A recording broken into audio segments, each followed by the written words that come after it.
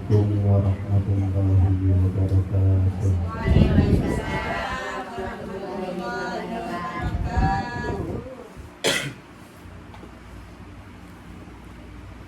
Bismillahirrahmanirrahim. Nawaitu taqarrub wa ta'abbud ila Allah bi tilawati suratil Fatihah. Wa ilaika al-Fatihah asy-syarifatu ila hadratin Nabi Muhammad sallallahu alaihi wasallam.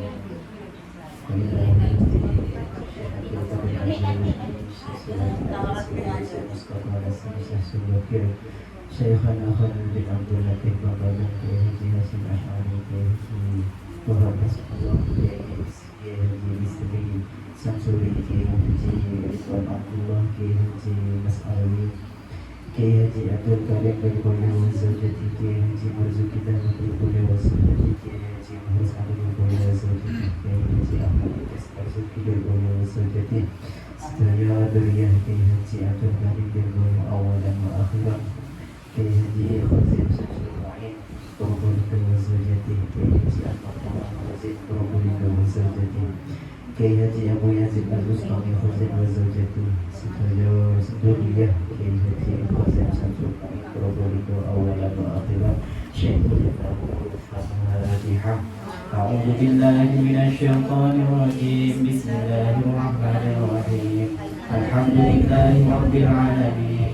Ar-Rahmanir Rahim. Maliki yaumiddin. Iyyaka na'budu wa iyyaka nasta'in. Ihdinas siratal mustaqim. Siratal ladzina an'amta 'alaihim ghairil maghdubi 'alaihim waladdallin. Bismillahirrahmanirrahim. Allahumma asmawi Allahumma basana al-fatihah Allahumma subhanahu Allahumma sifiyati Allahumma Haji Muzaki Allahumma Haji Aisyah Allahumma Kayu Syakarim Allahumma Khasmi Allahumma Juhar Allahumma Subhan Allahumma Sa'ida Allahumma Muhasin Allahumma Jadiya Allahumma Abdul Rahman Almarhumah Sunaryani Almarhum Abdullah Almarhum Wajibul Kufran Almarhum Mukhtar Sahibul Wilayah Tambak Madu Ikan Dekat Kampung Sedoyo Ahli Kubur Jamaah Muslimah Anak Rakit Tambak Reja 1 Syai'ul Lillahumul Fatihah. A'udzu billahi minasyaitonir rajim. Bismillahirrahmanirrahim. Alhamdulillahi rabbil alamin. Ar-Rahmanir Rahim. Maliki yaumiddin.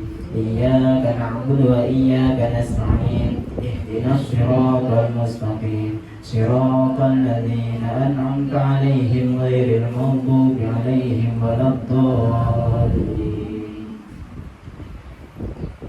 Ila Hadrati Ibu Hajah Siti Suhaina Salam Yayasan Hidayatul Talibin Surabaya Muki Istiqomah Terus sarana perjuangan Syekhul Lillahumul Fatihah.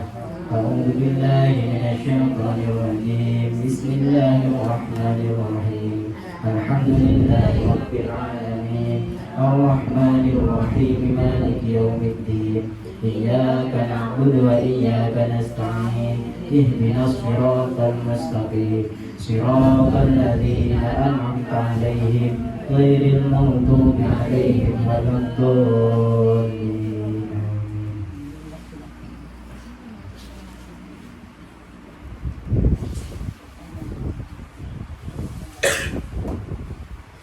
Sebelum memulai pengajian perlu diketahui bahwasanya saya di sini niat untuk belajar dan juga menambah wawasan. Jadi mungkin dalam keterangan atau ketidakpahaman ya mohon maaf. Kemudian kalau ada ibu-ibu yang kurang paham tentang apa yang diterangkan oleh saya, jangan sungkan untuk bertanya.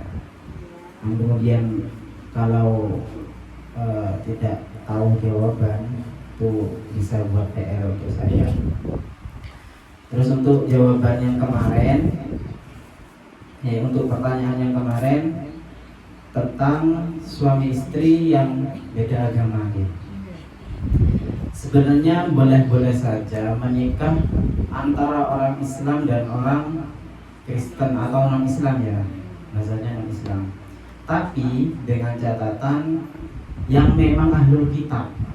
Ahlul kitab itu yang disebut Yahudi dan Nasrani yang memang benar-benar kitabnya itu ya ada salinan. Kalau sekarang kan bukan kitab asli, banyak yang salinan. Kalau memang murni benar-benar memang kitabnya Yahudi atau Nasrani itu boleh-boleh saja. Kalau yang sekarang itu nikahnya tidak sah. Kalau seandainya sebelum akad itu ya murtad intinya ya, itu tidak sah. Kalau ada suami istri itu ingin memenuhi syarat masuk Islam dulu kalau kemudian kafir, ya, itu yang menjadi pertanyaannya. Nah, itu kalau suami istri kita bacakan dalilnya nggih. Walau irtadda zaujani aw ahaduhuma qabla dukhulin tanjazat al-firqatu. Jika ada suami istri yang murtad, baik salah satunya atau keduanya sebelum duhul itu sebelum melakukan hubungannya, sebelum melakukan hubungan, tanan jazat al-firqah bainahuma, maka seketika itu pisah, bukan karena tolak. Kalau tolak kan orang laki-laki menolak perempuan, bukan karena itu. Jadi memang langsung pisah seketika itu kalau sebelum duhul. Paham ya? Jadi kalau ada suami istri kok ingin memenuhi syarat Islam dulu sebentar, setelah akad kok murtad. Nah, sebelum duhul itu seketika itu ya langsung nikahnya itu pisah. Artinya itu batal ya. Berarti nggak izin. Kalau memang dia sudah berpindah ke agamanya lagi, sudah termasuk cerai ya. Cara kasarnya. Tapi bukan tolak. Ya. Sudah bisa tapi bukan. Tapi kalau misalnya itu hubungan berarti dia termasuk. Ini yang qabla duhul, sebelum duhul. Au ba'dahu atau setelah duhul, ai duhul waqafat. Fa in jama'aha al-islam fil iddati jama'an nikah wa illa bi alam ya jama'aha fal firqah min ar-riddah wa yahrumu al-waqfu fi tawqifi.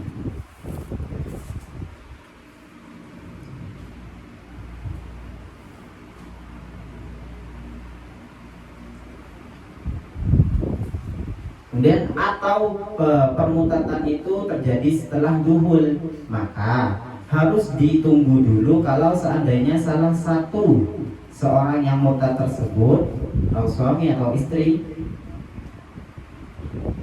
yang murtad tersebut kembali pada Islam sebelum masa iddah. Jadi seandainya kok ada seorang istri yang murtad setelah diduhul, maka ditunggu dulu. Iya, bukan, maksudnya itu ditunggu dulu itu masih belum dikatakan pisah. Kalau masih menunggu seorang istri ini masuk Islam dulu. Kok masuk Islam? Oh, berarti nikahnya tetap berlanjut.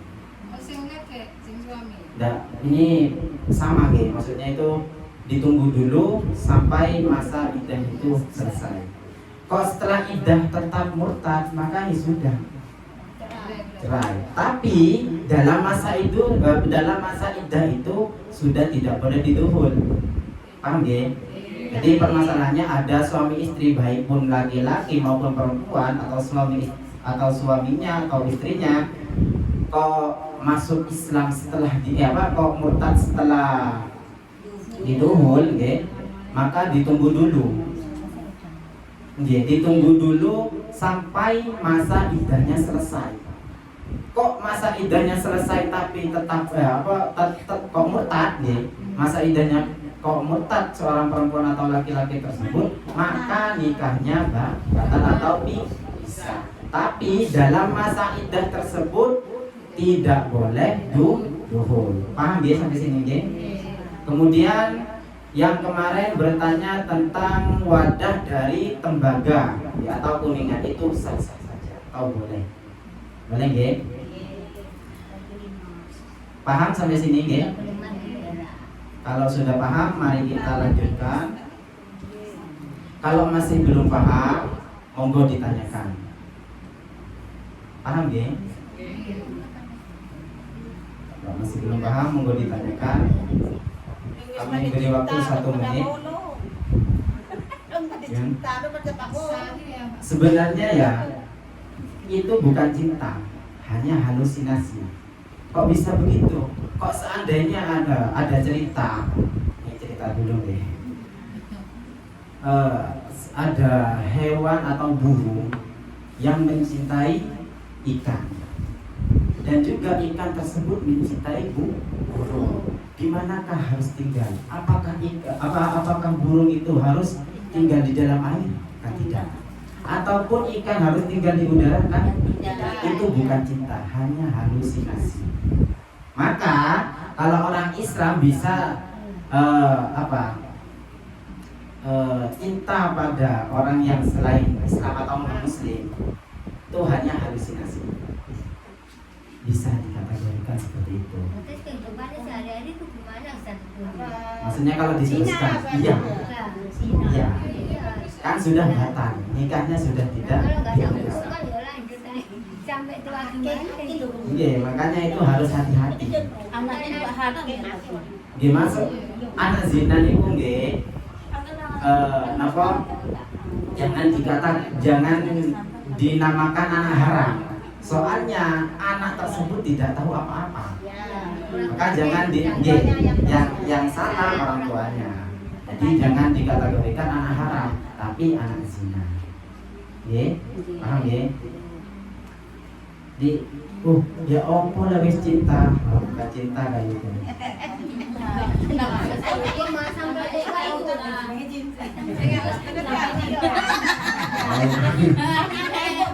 Ya jangan dikatakan ya, bagaimana caranya supaya orang yang non-Islam itu menjadi Islam seutuhnya? Kalau memang ya cinta, katanya sampean, kalau memang cinta, ya pilih siapa?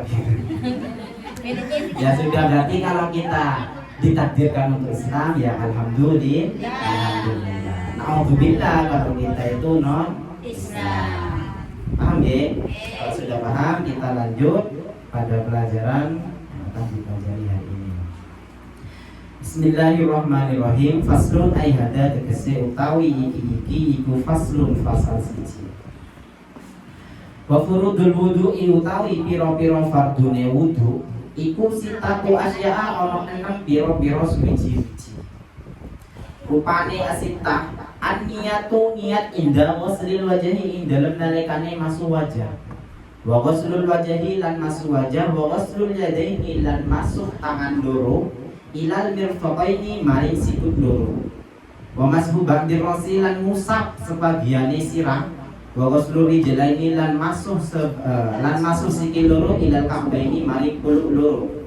Wa tartibu lan tartib alama ing atase perkara zakarnahu kang neraka kang mutur sapa ingsun iman.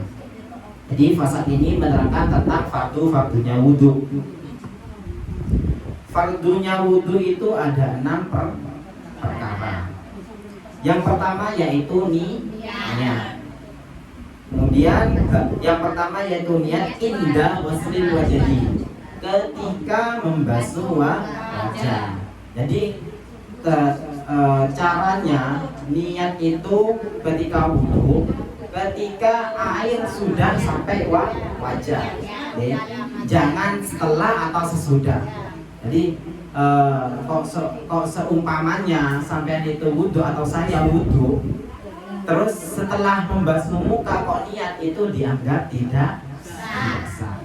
Atau sebelum mengusap wajah itu tidak sah. Jadi yang benar di mana? Hakikatul niat itu secara syarat qasdus syai' muqtaronan bi fi'lihi, harus bersamaan dengan pekerjaan.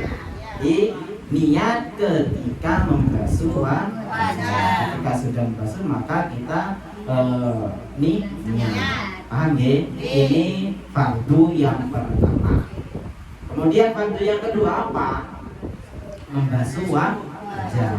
Mungkin ada keterangan yang masih kurang dipaham, boleh ditanyakan. Paham ya?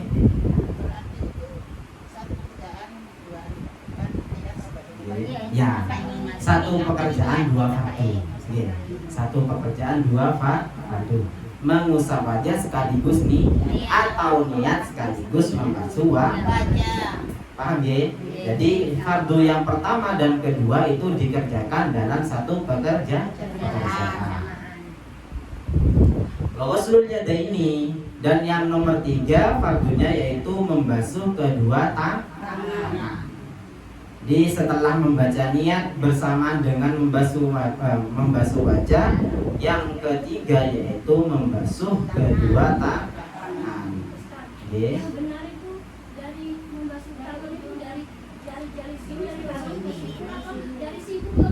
Semuanya benar. Semuanya benar. Satu-satu nggih. Pertanyaan apa? Kan sekarang saya lihat itu ada yang wudhu itu dari siku. Terus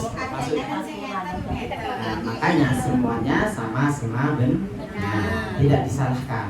Maupun itu dari siku ke ujung tangan maupun ujung tangan ke siku, itu semuanya sama-sama benar. Intinya dari membasuh itu harus sempurna. Dari ujung kanan dari ujung tangan ke siku, kalau nggak sempurna ya kita batik dari siku ke inti dari wudhu itu harus sempurna. Tidak diharuskan harus dari ujung tangan dulu ke siku atau dari siku ke tangan. Terserah.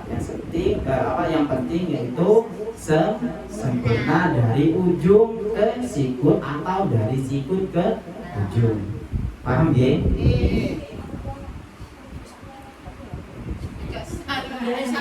Jadi batasan wudhu dari tangan ke sikut, atau tangannya itu bajunya itu kekecilan gitu. Ya sudah buka ininya atau kalau memang enggak, seumpamanya enggak pakai kaos untuk perempuan gitu, terus bajunya itu basah. Bajunya itu ketat. Kok enggak memungkinkan untuk membuka baju kan? Ya lucu lek mudho kan gitu. Enggak mungkin, ya sudah kita basahi saja bajunya. Daripada hitungannya itu daripada sholatnya tidak sah. Boleh. Kalau seandainya tidak memungkinkan untuk membuka baju. Kalau masih bisa dipaksakan saja. Kalau sudah memang tidak bisa, kalau seandainya membuka baju itu tidak memungkinkan, ya sudah kita basahi bajunya dengan mengira-ngirakan sekiranya air itu sudah nyampe pada kulit. Paham ya? Sudah? Tidak ada yang mau ditanyakan lagi?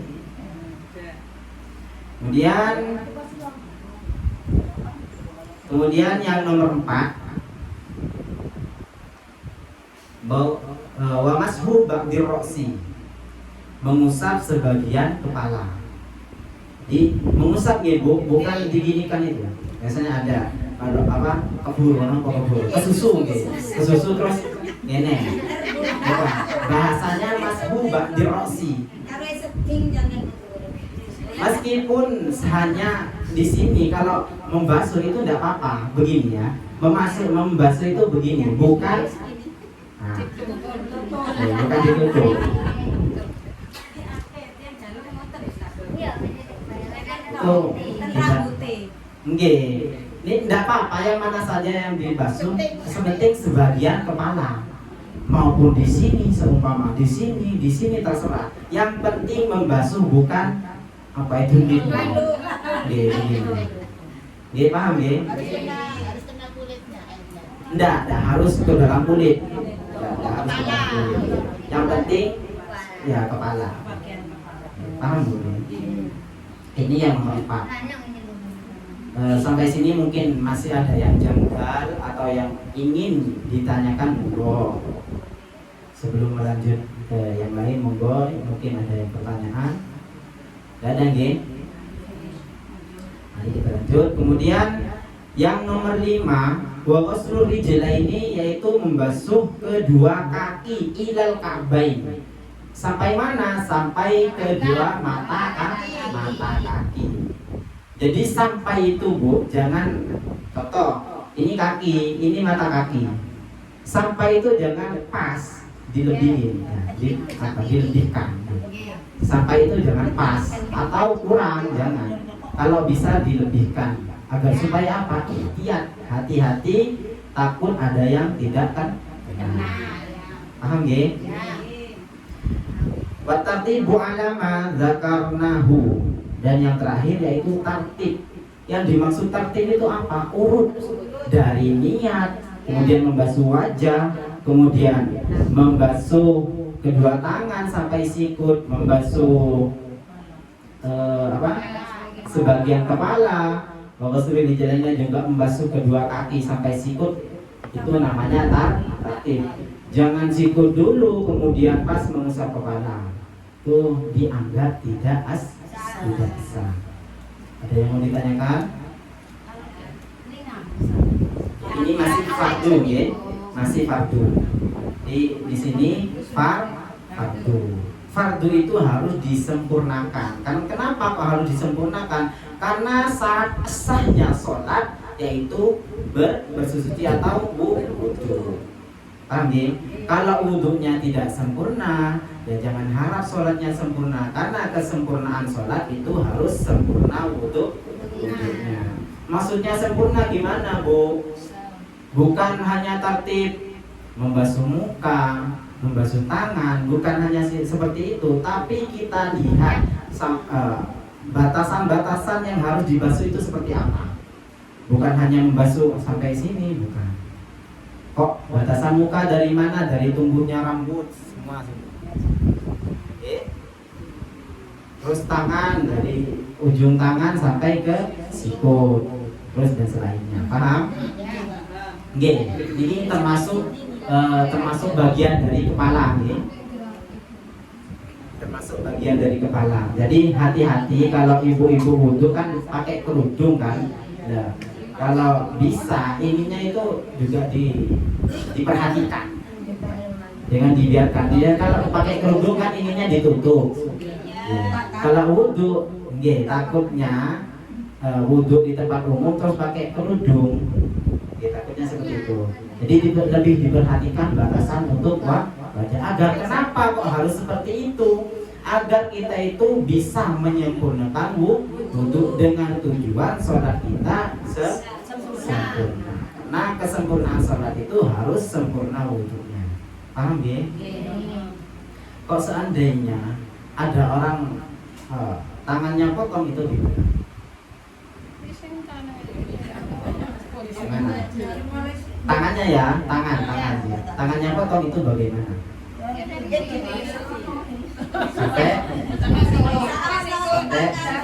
Sampai sikut. Kok seumpamanya sampai sikutnya yang tidak ada, gimana?